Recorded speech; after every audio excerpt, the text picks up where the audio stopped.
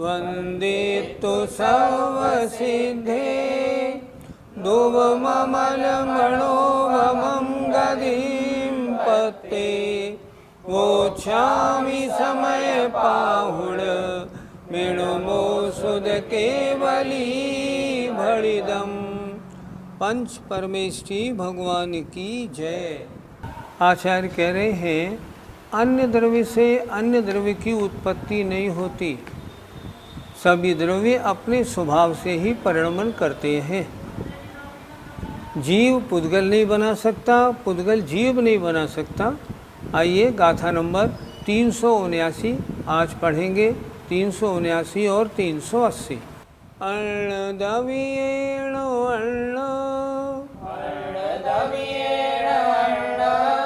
दवियसणु कीरदे गुण विघादो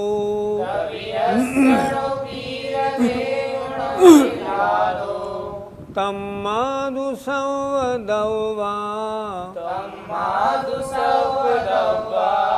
उपज्यन्ते सहावेणो। बोलो अर्णदवियेण दवियसणु कीरदे गुण विघादो तम्मादु संवदवा उपज्यन्ते सहावेण।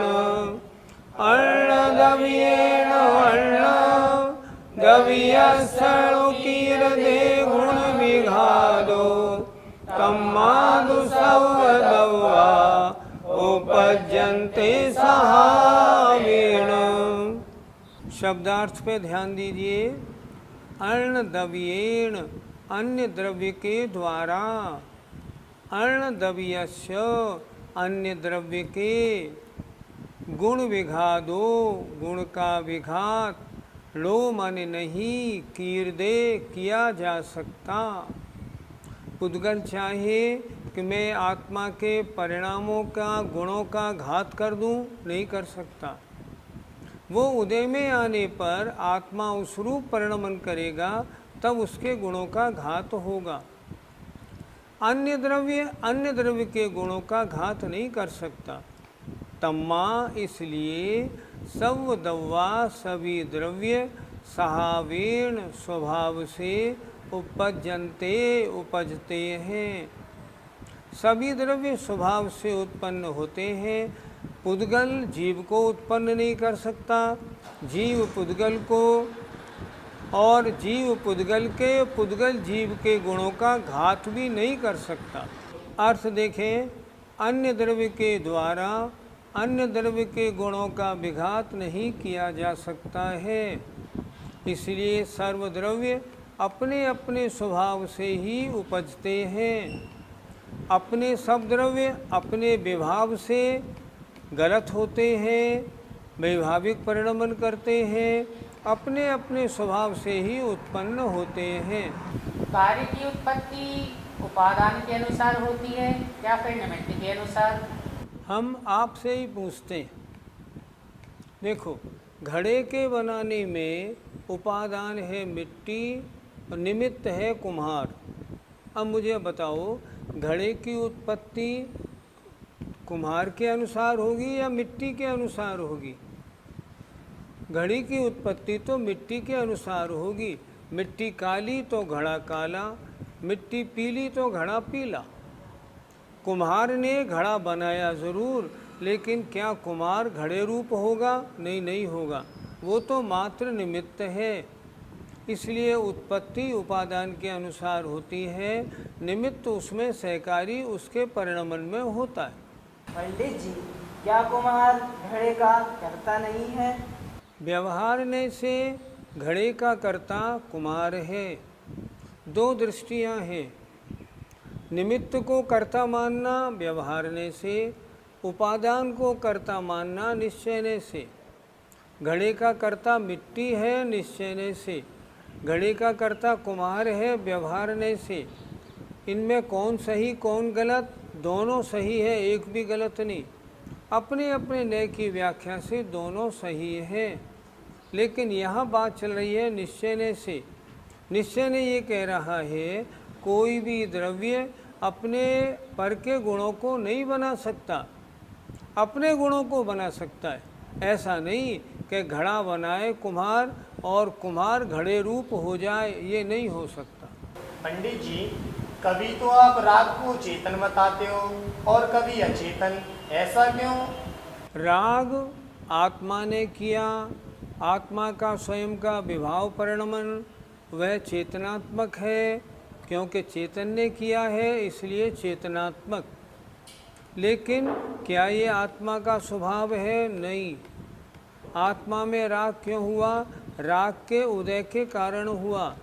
जो पुद्गल कर्म था उसके उदय के कारण आत्मा में राग उत्पन्न हुआ। अगर पुद्गल कर्म का उदय नहीं होता तो ये राग उत्पन्न नहीं होता। इसलिए राग कैसा है? ये पौद्गलिक, अचेतन ने किया तो अचेतन का हो गया। इसलिए राग द्वेष आदि परिणाम व्यवहारने से या अशुद्ध निश्चयने से, व्यवहारने से आत्मा के हैं, अशुद्ध निश्चयने से चेतनात्मक है। दोनों दृष्टियां अपने अपने हिसाब से ठीक है। पंडित जी, जब एक द्रव्य अन्य द्रव्य के गुणों का घात नहीं कर सकता तो आप क्यों कहते हो कि यह त्याग करने की बात? किसी राजा ने अपनी नगरी का त्याग कर दिया और मुनि बन गया, तो क्या नगरी नष्ट हो गई? नगरी है, हाँ बिल्कुल है। तो क्या नगरी उनके परिणामों का घात कर सकती है? नहीं कर सकती। जब तक कि आत्मा में स्वयं राग उत्पन्न नहीं होगा तब तक आत्मा के परिणामों का, आत्मा के गुणों का घात नहीं हो पाएगा। महल मकान अगर रहे और आत्मा में राग उत्पन्न होने का हमने नियम बना लिया तो महल मकानों का कोई नाश थोड़ी करेगा। चक्रवर्ती ने सारे 6 खंड को जीता और 6 खंड का त्याग कर दिया, तो क्या चक्रवर्ती ने 6 खंडों को नष्ट कर दिया? नहीं, उनने 6 खंडों से राग छोड़ दिया। अगर वो 6 खंड आत्मा में राग उत्पन्न करने में कारण होते तो फिर चक्रवर्ती के वीतरागता बन ही नहीं पाती। ऐसा नहीं होता। अन्य द्रव्य के गुणों का घात नहीं कर सकता। जब तक आत्मा स्वयं राग रूप परिणमन ना करे, वे 6 खंड का राज उसके परिणामों में राग उत्पन्न कराने में कारण नहीं है। इसलिए आचार्य कह रहे हैं अन्य द्रव्य के गुणों का घात नहीं कर सकता। गुणों का घात तो स्वयं के अपने ही फिसलने से होता है। हम धर्म से हटे, राग द्वेष में फंस गए, हम स्वयं नीचे गिरते हैं। वस्तु का नाश थोड़ी होता है। आइए पद्यानुवाद देखते हैं।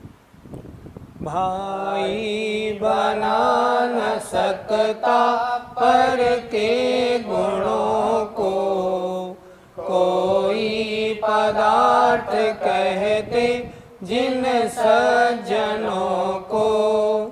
प्रत्येक द्रव्य अपने अपने गुणों से उत्पन्न हो लस रहे कि युगों युगों से।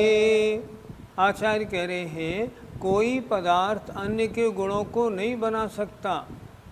प्रत्येक द्रव्य अपने अपने गुणों से उत्पन्न होकर के सुशोभित है। कब से? अनादिकाल से। जब से द्रव्य है तब से द्रव्य के गुण हैं, और हर द्रव्य अपने अपने गुणों से सुशोभित है हमेशा से।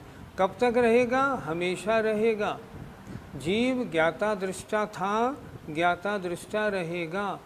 उसके गुण हमेशा उसमें सुशोभित हैं। कब से? अनंत काल से।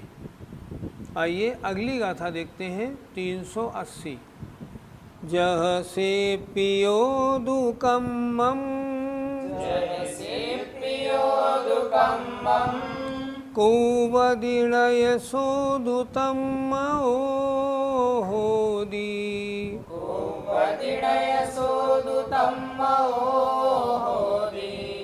तह जीवो वियकम्मम कौवदिणयतम होदी। बोलिए, जैसे पियो दुकम्मम कौवदिणय सोदुतम होदी तजीवो वियकम्मम कौवदिणयतम होदी। जैसे पियो दुकम्मम कौवदिणय सोदुतम होदी तजीवो वियकम्मम कौवदिणयतम होदी। जह जैसे, शिप्पियो मन शिल्पी मन सुनार, कम्मम कर्म को, कुव्वदि करता है, सो वह णय मन नहीं होता, तम्मओ उस रूप नहीं हो जाता। सुनार ने सोने का गहना बनाया तो क्या सुनार गहने रूप परिणमन कर गया? नहीं, ऐसा नहीं। गहने रूप परिणमन किसका हुआ? वो तो सोने का हुआ। सुनार ने बनाया है, वो उसके बनाने में निमित्त करता है, लेकिन तन में नहीं होता। तह वैसे ही जीवोविय जीव भी कम्मम कुव्वदि कर्म करता है, तम्मओ तन में लय होदी नहीं होता। उसी तरह जीव भी कर्मों को करता तो है, लेकिन उस रूप नहीं हो जाता। जीव जीव रूप रहता है, अन्य द्रव्य अन्य रूप रहता है, दोनों अलग अलग रहते हैं, लेकिन कर्म को करता है। हाँ, करने वाला तो है, पर तन में नहीं हो जाता कि जीवपना छोड़ के हो जाए। क्या सुनार अपने सुनारपने को छोड़ के सोने रूप हो सकता है? नहीं, सोना पुद्गल का गुण है, जीव का नहीं, इसलिए ऐसे नहीं होता। फिर एक बार देखते हैं। जय माने जैसे, शिप्पियो माने शिल्पी माने सुनार, कम्मम कुव्वदि कर्म करता है, सो माने वह, तम्मओ लय होदी तन्मय नहीं होता है। तह माने वैसे ही जीवो भी जीव भी कम्मम कुव्वदि कर्म करता है, लेकिन तम्मओ लय होदी उन कर्म रूप तन्मय नहीं हो जाता। अर्थ देखें, जैसे सुनार आदि कारीगर कुंडलादि आभूषण कर्म को करता है, किंतु वह आभूषण आदि के साथ तन्मय नहीं होता। उसी प्रकार जीव भी पौद्गलिक कर्म को करता है, फिर भी उसमें तन्मय नहीं होता। वो पौद्गलिक कर्म अलग, जीव अलग। जीव पुद्गल नहीं बनता, पुद्गल जीव नहीं बनता। अनादिकाल से आत्मा में कर्म हैं, एक मेक हैं, मिले हुए हैं, एक दूसरे में आपस में मिक्सिंग है उनका, लेकिन फिर भी आत्मा का एक प्रदेश कर्म रूप नहीं हुआ, एक भी कर्म जीव रूप नहीं होता। एक द्रव्य के द्वारा दूसरे द्रव्य के गुणों का घात नहीं होता। वो द्रव्य उस रूप तन में नहीं होता, जीव पुद्गल नहीं बनता। इस प्रकार समझना। जी, कर्म रूप परिणमन फिर किसका हुआ? कर्म रूप परिणमन कार्मण वर्गणा ने किया। निमित्त पड़े आत्मा के राग द्वेषादि परिणाम। समय सार जी में पहले हमने एक गाथा पढ़ी थी, ध्यान से देखें। जीव परिणाम हेतुम, जीव के परिणामों को निमित्त पाकर पुग्गल कम्मत्तम पुग्गला परिणमंती। पुग्गला माने पुद्गल कर्म, कर्म रूप परिणमन करते हैं। और पुग्गल कर्म निमित्तम, और पुद्गल कर्म के निमित्त से तहेव जीवो भी परिणमयी, उसी तरह जीव परिणमन करता है। कर्मरूप परिणमन किसका हुआ? कार्मण वर्गणा का। निमित्त कौन पड़ा? आत्मा के राग द्वेष आदि परिणाम। कर्मरूप परिणमन पुद्गल का हुआ है। जीव ने कर्मरूप परिणमन नहीं किया, कर्मरूप परिणमन कार्मण वर्गणा का हुआ। इस तरह समझना चाहिए। जीव में जो राग द्वेष आदि परिणाम आए वो भी जीव ने स्वयं तो किए, पर परिणमन किसने कराया? कर्म के उदय से वो परिणमन हुआ।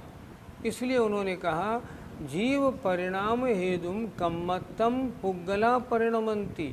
जीव के परिणामों का निमित्त पाकर जो पुद्गल हैं वे कर्म रूप से परिणमन करते हैं। और पुद्गल कर्म निमित्तम, और पुद्गल कर्म का निमित्त पाकर तहेव जीवो भी परिणमयी, जीव भी राग द्वेषादि रूप परिणमन करता है। राग द्वेषादि रूप परिणमन जीव ने स्वयं किया, कर्म रूप परिणमन कार्मण वर्गणाओं ने स्वयं किया। उपादान कारण ये, निमित्त कारण एक दूसरे में एक दूसरे, इस तरह समझना चाहिए। पंडित जी, क्या जीव पुद्गल कर्म के साथ तन्मय नहीं होता? क्या बात करते हो? देखो, पुद्गल कर्म अजीव और जीव जीव। क्या जीव कभी पुद्गल रूप हो सकता है? कभी नहीं हो सकता। हमने पहले भी बताया था, अनादिकाल से अनंतानंत कार्मण वर्गणाएं जीव के साथ लगी रहती हैं, लेकिन एक भी कार्मण वर्गणा जीव रूप नहीं और जीव एक भी कार्मण वर्गणा रूप नहीं। तन्मय कैसे हो जाएगा? क्या जीव अपने गुणों को छोड़ के पुद्गल रूप परिणमन करेगा? कभी नहीं कर सकता। इसलिए कुछ भी हो जाए, कैसा ही परिणमन हो, एक द्रव्य अपने रूप को छोड़ के अन्य रूप परिणमन नहीं करता। कर्म जीव के साथ कैसे ही लगे रहे, जीव जीव रूप रहता है, कर्म कर्म रूप रहता है। कर्म पुद्गल है, जीव पुद्गल के साथ तन्मय कैसे हो सकता है? एक क्षेत्रावगात तो हो सकता है कि आत्मा में कर्म और कर्म में आत्मा, लेकिन आत्मा कर्म रूप या कर्म आत्मा रूप हो जाए, ये त्रिकाल में संभव नहीं। ये तो वस्तु का स्वभाव है। काम कितना, एक सुनार कितने ही जेवरात बना ले, लेकिन सुनार कभी जेवर रूप नहीं और स्वर्ण कभी सुनार रूप नहीं हो सकता। ये तो नियम है, सिद्धांत है, वस्तु का स्वभाव है, इसमें कुछ भी नहीं हो सकता। पंडित जी, जीव भाव कर्मों के साथ तन्मय होता है या नहीं? भाव कर्म तो चेतनात्मक हैं। पहले हम एक बात समझें, कर्म तीन तरह के होते हैं, द्रव्य कर्म, भाव कर्म और नो कर्म। थोड़ा इसको समझ लें। द्रव्य कर्म आत्मा के साथ जो कर्म पुंज लगा हुआ है, जो कार्मण वर्गणाएं कर्म बन के आत्मा के साथ लगी हैं, वे द्रव्य कर्म हैं। ज्ञानावरण, दर्शनावरण, रूप, वे कहलाती हैं द्रव्य कर्म। और कर्म के उदय में आत्मा में जो राग द्वेष आदि परिणाम होते हैं, वे कहलाते हैं आत्मा के परिणाम भाव कर्म। और तीसरा, ये जो शरीर है ये कहलाता है नो कर्म। नो कर्म किसे कहते हैं? जो कर्म बंधन में सहकारी होता है उसे कहते हैं नो कर्म। अर्थात ये शरीर, स्त्री, पुत्र, धन, मकान आदि सब नो कर्म हैं। तो यहाँ प्रश्न ये है, द्रव्य कर्म के साथ आत्मा तन्मय नहीं होता, ठीक हो गया।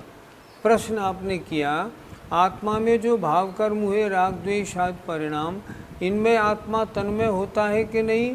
होता है। ये तो आत्मा के ही परिणाम हैं। आत्मा ने ही कर्म उदय के कारण उस रूप परिणमन किया है। इसलिए पुद्गल कर्म तो पौद्गलिक है, उस रूप परिणमन आत्मा कैसे करेगा? लेकिन आत्मा के जो राग द्वेष आदि परिणाम हैं, भाव कर्म हैं, वो तो चेतन रूप हैं, वो तो आत्मा के ही परिणाम हैं, लेकिन आत्मा के निजी परिणाम नहीं, आत्मा के स्वभाव परिणाम नहीं, वे आत्मा के विभाव परिणाम हैं। कैसे हुए? कर्म उदय के कारण हुए। बहिरंग निमित्त मिला, कर्म उदय में आया और आत्मा में राग द्वेष क्रोध मान माया लोभ आदि परिणाम उत्पन्न हो गए। इनसे आत्मा तन्मय है कि नहीं? इनसे आत्मा तन्मय तो है, लेकिन स्वभाव नहीं। जब ज्ञानी जीव ज्ञान से हटता है, अज्ञान में आता है, तब राग द्वेषादि रूप हो जाता है, तब उनसे तन्मय होता है। और जब विवेक जागृत होता है, फिर उनको छोड़ के अपने में आ जाता है। पंडित जी, तो जीव किनका करता है और किनका नहीं? द्रव्य संग्रह की एक गाथा बहुत अच्छी है। पुग्गल कम्मा दीणम कत्ता व्यवहार दो। व्यवहारने से जीव पुद्गल कर्म, घड़ा, रोटी, कपड़ा आदि का करने वाला है, पर इनसे तन्मय नहीं होता। दूसरा, पुग्गल कम्मादीणम कत्ता व्यवहार दो निश्चय दो चेदन कम्माणादा। अशुद्ध निश्चय से राग द्वेषादि परिणामों का करने वाला है, पर उनसे तन्मय होता है। हाँ, यद्यपि विभाव परिणाम है, पर उन परिणामों को तन्मय होकर करता है। और शुद्ध नया शुद्ध भावाणम, और शुद्ध नय से अपनी आत्मा के जो शुद्ध परिणाम है उनका करने वाला है। उनसे तन्मय होता है कि नहीं? उनसे तो तन्मय होता ही है। वो तो आत्मा के निजी शुद्ध परिणाम हैं, उनमें अन्य परिणाम किसी का कोई दखल नहीं हुआ। इसलिए पुद्गल आदि का कर्ता नहीं, पुद्गल रूप परिणमन नहीं। पुद्गलों के परिणमन में निमित्त कारण है, पर उनका उपादान कारण नहीं, लेकिन अपने परिणामों का उपादान कारण है। अशुद्ध रहता है आत्मा तो अशुद्ध परिणामों का करता है तन्मय होकर, और शुद्ध रहता है तो शुद्ध परिणामों का करने वाला है। इस तरह हमें निज और पर के बारे में अच्छी तरह जानना चाहिए। फिर करना क्या चाहिए? करना ये चाहिए, अन्य रूप से परिणमन करना घातक है। आत्मा को अपने निजी संवेदन से दूर रखने वाला है। अन्य रूप परिणमन कौन करता है? जिसको निज पर का भेद विज्ञान नहीं। जिसको निज पर का भेद विज्ञान है, वो अन्य द्रव्यों के चक्कर में पड़ता नहीं, इसलिए उसके राग द्वेष होते नहीं। ऐसे जीव अपने शुद्ध आत्मा में रमण करते हैं। इसलिए हमको क्या करना? अन्य द्रव्यों के कारण होने वाले जो राग द्वेष आदि परिणाम हैं, उनसे सर्वथा दूर रहना है, ताकि आत्मा में विभाव परिणामान नहीं हो। और ये विभाव परिणमन ही संसार का कारण है। जहाँ हमने राग द्वेष आदि विभाव परिणाम जितने कम किए, उतना हमने संसार को अपने से घटा दिया, और जितने इसमें उलझे उतना संसार और बढ़ता है। इसलिए समय सार सुनने का लाभ तो ये है, जहाँ तक बने अपने राग द्वेषादि परिणामों को कम करें, उलझे नहीं। गृहस्थी में रहते हुए भी गृहस्थी से नहीं उलझे, इसका हमें हमेशा ध्यान रखना चाहिए। गाथा 380 का पद्यानुवाद देखें। शिल्पी स्वयं मुकुटवादिक को बनाते, होते न तन्मय नहीं पर रूप पाते। मोहादि कर्म करता रहता निराला, आत्मा न तजता निज चित्त शाला। सोनार मुकुट बनाता है पर तन में नहीं होता। उसी तरह जीव के द्वारा जो मोहिनी आदि कर्मों का कर्तापना बनता है, लेकिन आत्मा उसमें कभी भी तन में नहीं होता, वो तो भिन्न ही रहता है। जय जिनेंद्र।